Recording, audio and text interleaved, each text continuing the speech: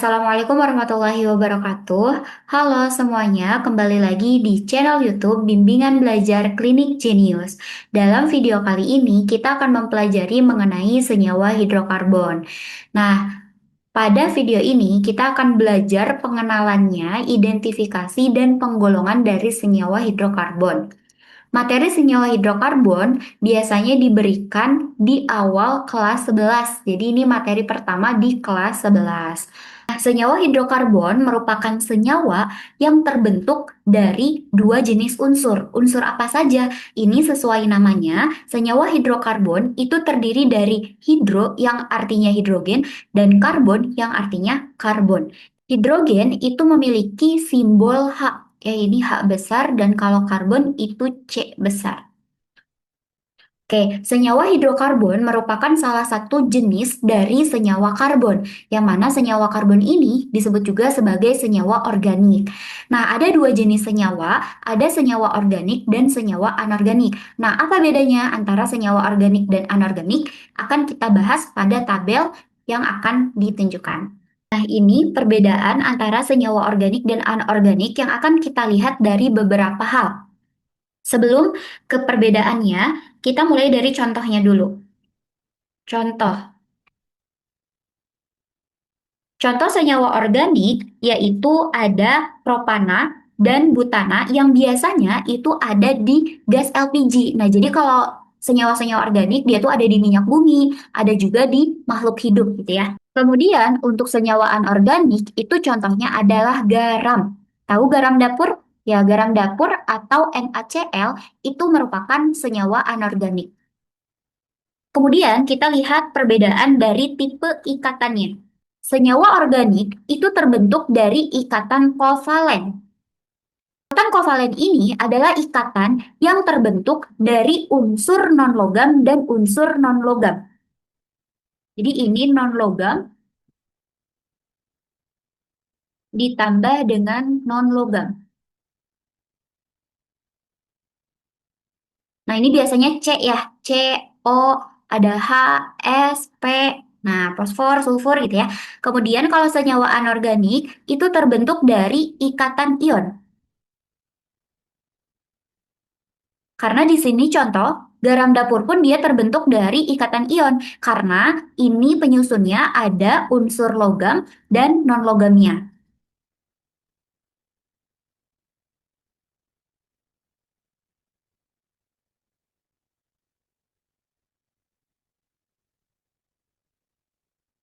Kemudian perbedaan yang berikutnya yaitu berdasarkan stabilitas terhadap pemanasan.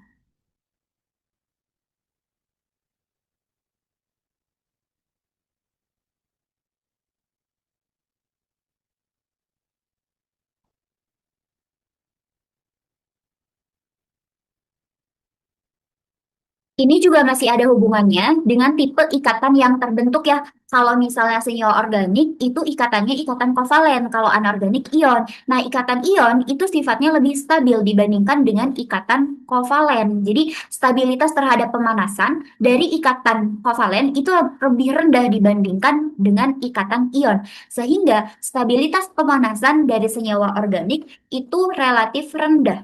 Ini relatif rendah. Kalau senyawa anorganik berarti ini relatif tinggi.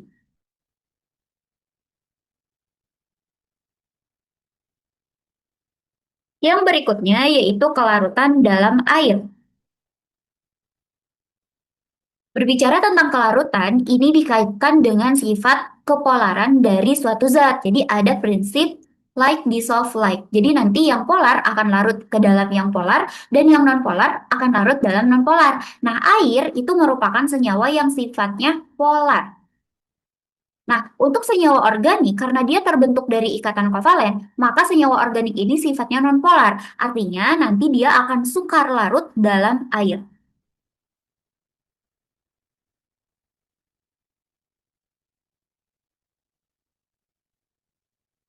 Nah, berbeda dengan senyawa anorganik, yang mana senyawa anorganik ini ikatan ion, jadi dia merupakan senyawa yang polar, berarti dia mudah larut dalam air.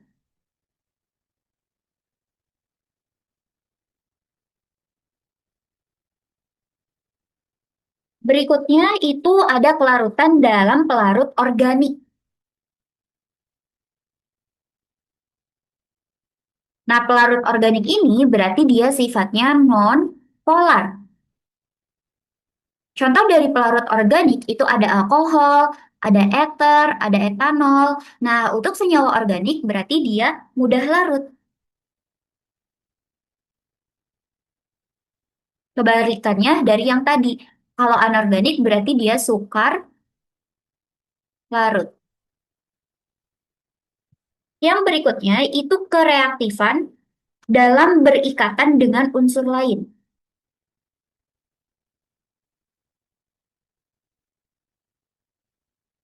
Untuk kereaktifannya, senyawa organik dia kurang reaktif.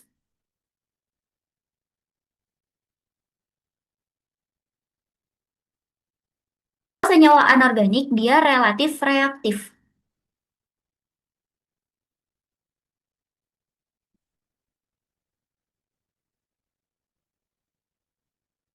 Kemudian yang berikutnya yaitu massa jenisnya.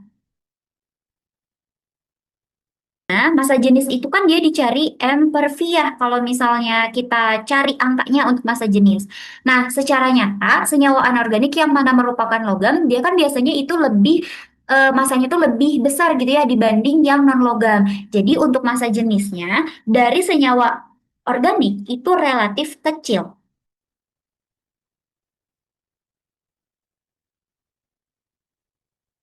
Dan untuk senyawa anorganik itu relatif besar.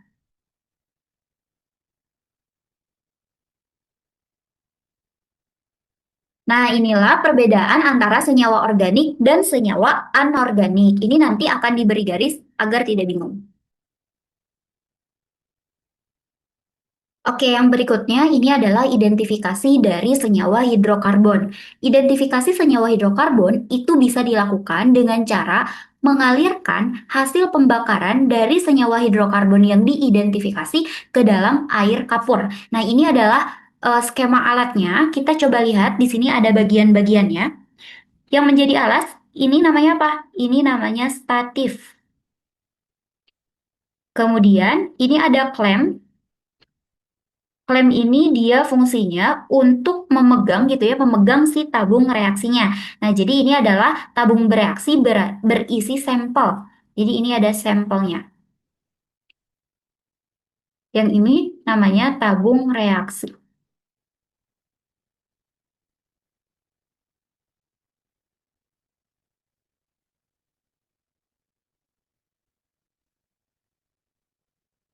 Kemudian ini api ya, ini pembakar spiritus atau bisa juga bunsen. Ini pembakar spiritus.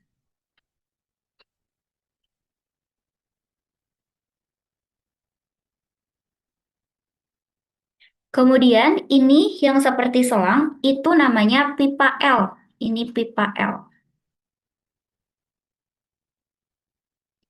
Yang ini gelas kimia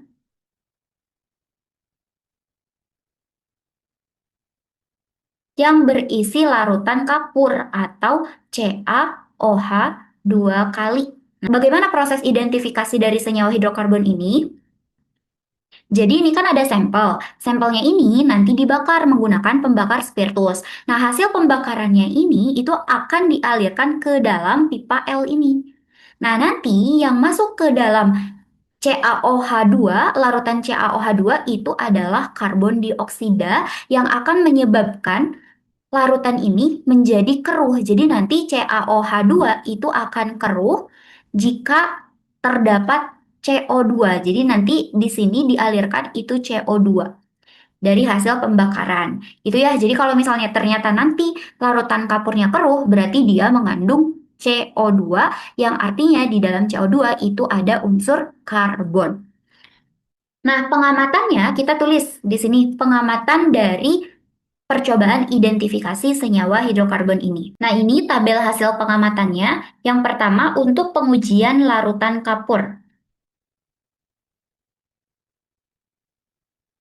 Larutan kapur itu digunakan untuk mengidentifikasi adanya unsur karbon. ya. Nah, sebelumnya larutan kapurnya itu tidak berwarna.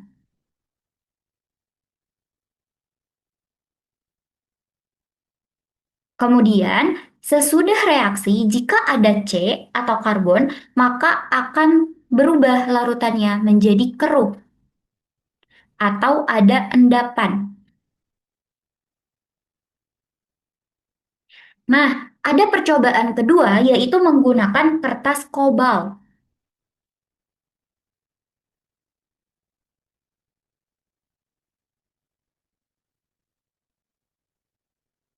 Nah, untuk kertas kobalt itu gimana prosesnya? Kalau kertas kobalt dia itu digunakan untuk menentukan adanya atom H. Nah, nanti kertas kobaltnya itu ditempelkan ke dalam zat yang mengalir di sini, yang ada di sini. Nah, yang ada di sini itu adalah uap air. Jadi nanti si kobaltnya dia diteskan ke sini, ini kobalt. Nanti kalau misalnya ada hidrogen, dia itu bakal berubah tuh warna si kertas kobaltnya dari biru menjadi pink. Sebenarnya yang diujikan itu adalah uap air. Di air itu kan ada hidrogen ya. Berarti kalau misalnya dia berubah menjadi pink, artinya dia menghasilkan air atau terdapat unsur hidrogen. Nah, ini kemudian untuk reaksi yang terjadi itu sebenarnya seperti apa? Nah, ini adalah hasil pembakarannya. Jadi nanti ada CO2 dan H2O. CO2 ini yang akan dialirkan ke dalam gelas kimia dan H2O ini yang nanti ada di pipanya ya. Nah, pada reaksi ini air kapur akan menjadi keruh karena adanya CO2. Reaksinya CaOH jika dia direaksikan dengan CO2 maka akan terbentuk CaCO2 yang wujudnya itu solid kemudian ditambahkan dengan H2O yang wujudnya itu liquid. Nah, CaCO2 inilah solid yang membuat air kapur itu menjadi keruh. Nah, ini keruh.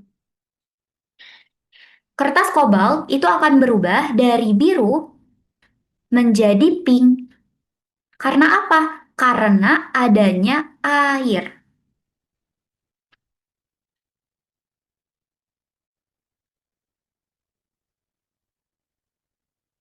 atau H2O. Nah, H2O ini berarti menunjukkan adanya unsur hidrogen. Sedangkan untuk yang atas, CO2, berarti ini menunjukkan adanya unsur C. Unsur C dan unsur H merupakan pembentuk dari senyawa hidrokarbon. Senyawa hidrokarbon merupakan senyawa yang jenisnya itu sangat banyak ya. Kenapa sangat banyak? Karena atom karbon sendiri itu memiliki kekhasan yang membedakan dia dengan atom-atom yang lainnya. Nah, sekarang kita akan bahas apa sih kekhasan dari atom karbon. Kekhasan pertama dari atom karbon yaitu memiliki 4 elektron valensi yang dapat berikatan dengan atom lain. Nah, karbon sendiri itu kan dia memiliki nomor atom 6. Karbon itu memiliki nomor atom 6. Berarti kalau begini konfigurasinya itu 2, 4. Ya, artinya dia memiliki 4 elektron valensi. Nah, yang ini evalnya sama dengan 4. Nah, 4 elektron valensi ini bisa digambarkan struktur Lewisnya itu seperti ini. C1, 2, 3, dan 4. Elektron valensi ini dia itu dapat berikatan dengan atom yang lain. Nah, ini biasanya dituliskan sebagai tangan ikatan. Jadi seperti ini. C, kemudian dia punya 4 tangan ikatan yang dapat berikatan dengan atom lain. Nah, kekhasan yang kedua, karbon memiliki jari-jari atom yang kecil sehingga dapat membentuk ikatan yang kuat, rantai yang panjang, dan ikatan rangkap. Nah, kita masuklah ke ikatan yang bisa terbentuk dari karbon. Ikatan pada atom C. Atom C itu dia bisa membentuk yang pertama ada ikatan tunggal. Jadi nanti C itu kan punya 4 tangan ikatan.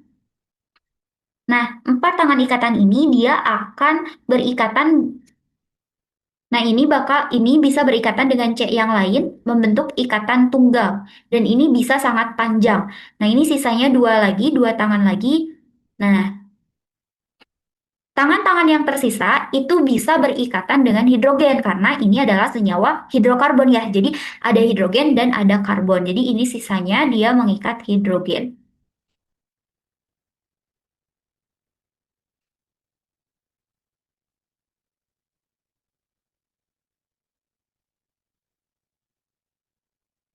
Yang kedua, dia juga bisa membentuk ikatan rangkap dua.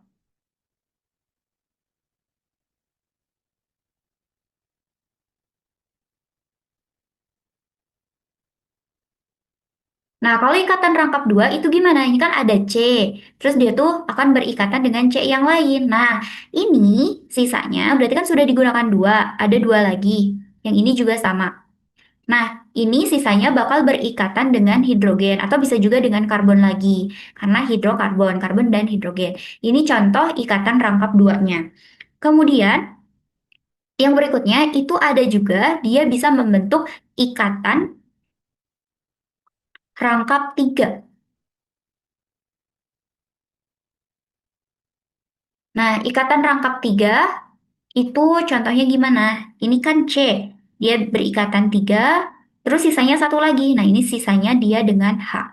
Ini adalah rangkap tiga dari karbon. Nanti bisa dia membentuk rantai yang panjang dengan C yang lain. Nah, untuk jenis rantainya, ada yang membentuk rantai lurus. Kalau rantai lurus, berarti nanti rantainya dia lurus saja seperti ini. Terus sisanya ini ada empat tangan, ini empat tangan. Kemudian ada juga yang rantainya itu bercabang.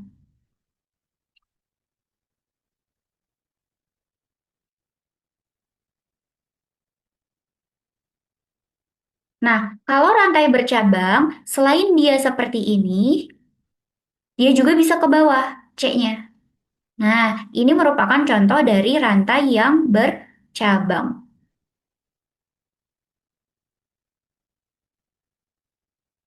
Nah, yang berikutnya kita belajar dulu menuliskan strukturnya nih. Struktur senyawa hidrokarbon. Ini lebih ke bagaimana cara membuat strukturnya ya. Ini ada beberapa jenis.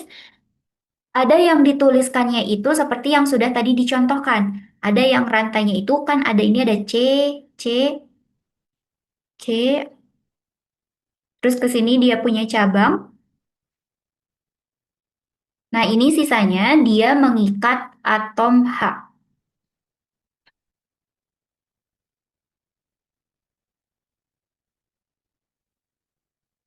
Nah, ini juga bisa dituliskan seperti ini. C yang ini itu kan mengikat 3H, berarti ini bisa CH3, kemudian C yang ini mengikat 1H, CH ke bawah 1, ini CH3 lagi, dan seterusnya ya, ini berarti CH2, ini CH, ada cabang lagi, CH3, kemudian CH3. Struktur yang lebih sederhananya, kemudian ada yang diringkas. Kalau diringkas, dia itu seperti ini. Nah, ini CH3, strip, kemudian ini ada CH. Di CH, dia itu ada cabang CH3. Ini bisa dituliskan dengan dalam kurung CH3. Dan berikutnya CH2, kemudian berikutnya CH. Nah, CH ini dia tuh mengikat dua ya, dia mengikat dua CH3 yang sama. Berarti ini bisa langsung saja CH3 dua kali. Kemudian ada juga yang dia tuh bentuknya seperti ini. CH3, kemudian CH, sini CH3, ini CH2, CH2, kemudian CH3. Nah, ini secara ringkasnya itu ditulis seperti ini. CH3 strip CH dalam kurung CH3, kemudian strip lagi CH2. Nah, CH2-nya itu kan ada dua kali setelah ini. Berarti ini tinggal dalam kurung dua kali baru CH3. tiga. Nah, ini bedanya. Ada yang CH2, ada yang CH3 di dalam kurungnya. Nih, kalau ini CH3, kalau yang ini CH2. Nah, bedanya apa? CH2X ya, kalau CH2 yang di dalam kurung, nanti kalau dipecah, dia posisinya letaknya itu ke pinggir berderet.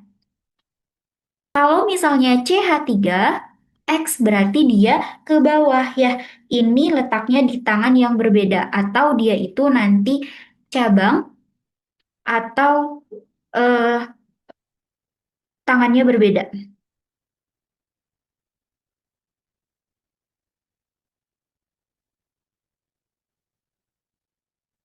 Oke, yang berikutnya itu jenis-jenis atom C.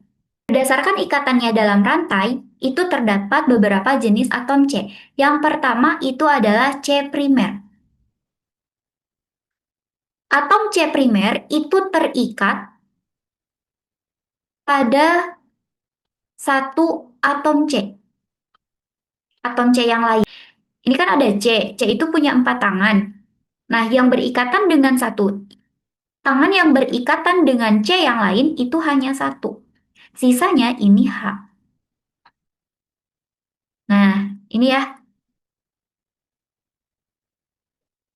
Jadi di sini dua-duanya itu merupakan C yang primer. Ini C primer, ini juga C primer. Berarti CH3 ya. Ini satu C-nya mengikat C yang lain, sisanya itu mengikat H. Yang berikutnya itu ada C sekunder.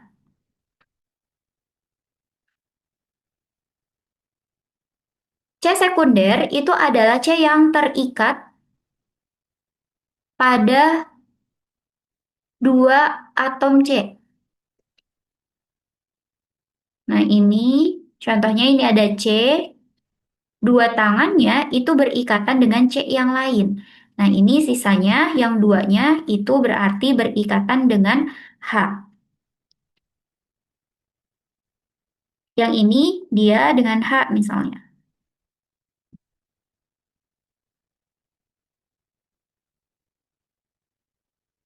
Nah, jadi yang termasuk C sekunder itu hanyalah yang tengah ini.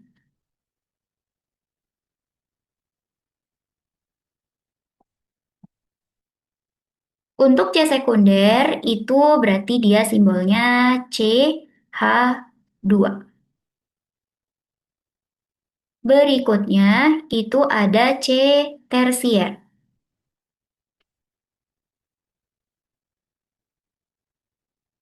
C tersier itu adalah C yang terikat pada tiga atom C lain.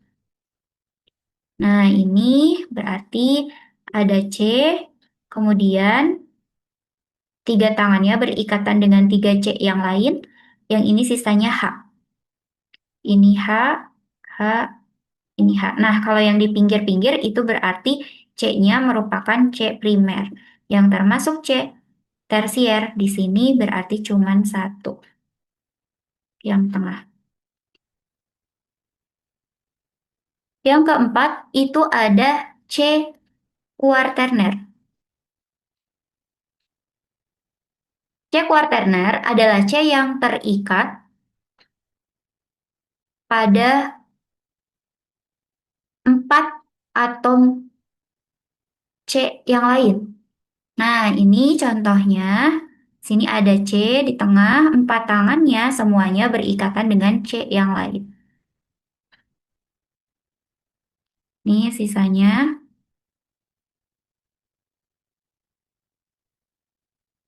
Primer.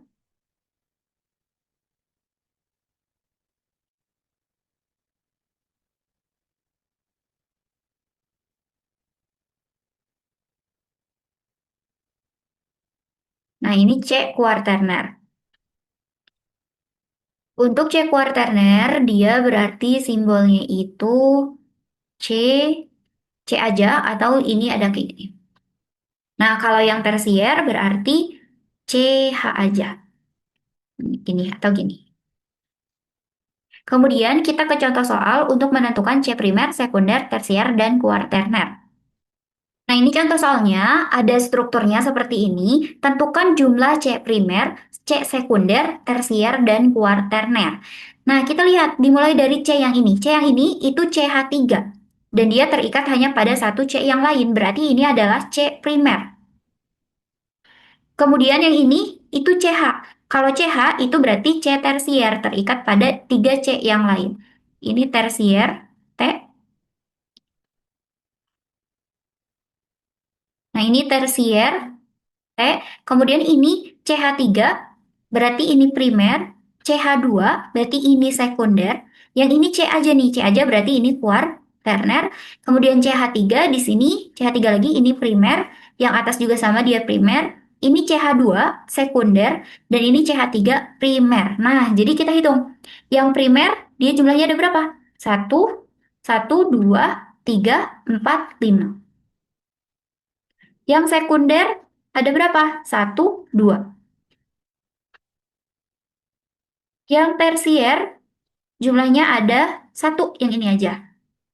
Yang kuarterner juga sama ada satu yang ini. Nah, berikutnya itu ada jenis-jenis senyawa hidrokarbon. Senyawa hidrokarbon itu ada dua jenis. Ada senyawa alifatik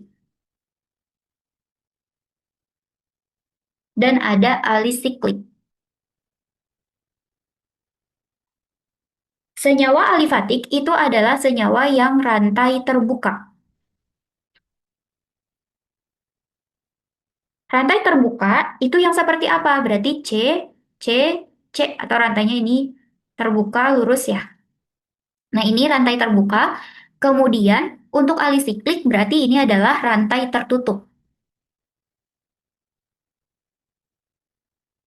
Kalau rantai tertutup, itu contohnya ini. Nah, untuk alifatik, itu dia ada dua jenis lagi.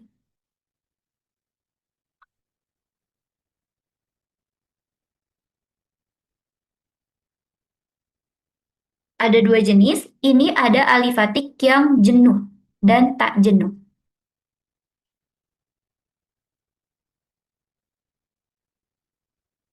Jenuh, itu dia ikatannya tunggal.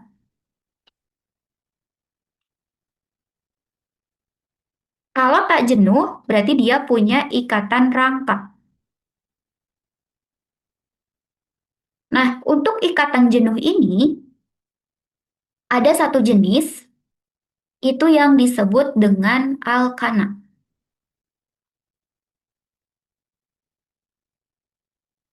Kemudian, untuk yang tak jenuh, ini ada dua jenis. Ada alkena dan ada alkuna. Alkana, dia ikatannya tunggal. Dia tunggal. Kalau alkena, dia punya ikatan rangkap dua. Kalau alkuna, dia punya ikatan rangkap tiga. Kemudian untuk yang alisiklik itu gimana? Untuk yang alisiklik itu juga sama. Dia ada yang jenuh, ada yang tak jenuh.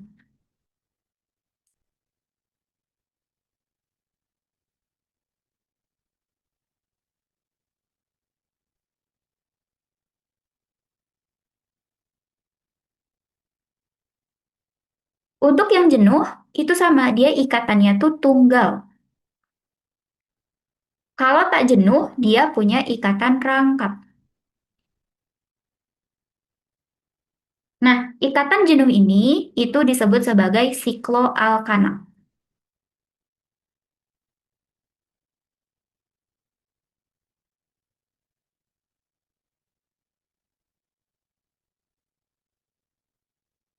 Kalau yang tak jenuh itu disebut sebagai senyawa aromatik.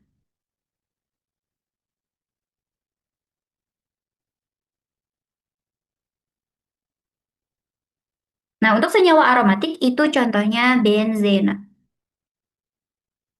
Benzena, senyawa aromatik, dia punya ikatan rangkap yang selang-seling. Nah, dia itu strukturnya kayak gini. C, rangkap, kemudian tidak rangkap,